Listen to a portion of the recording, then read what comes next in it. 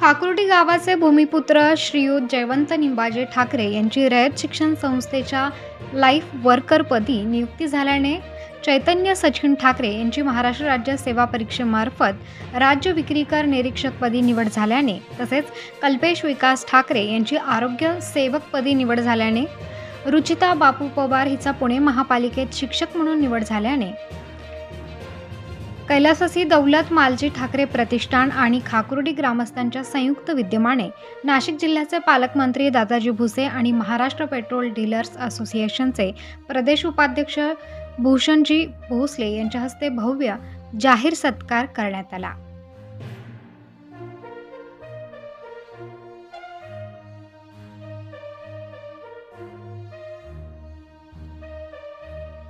या प्रसंगी प्रतिष्ठानचे अध्यक्ष दिनेश ठाकरे यांनी प्रतिष्ठान स्थापनेमागील उद्देश आणि सत्कारामागील भावना व्यक्त केली।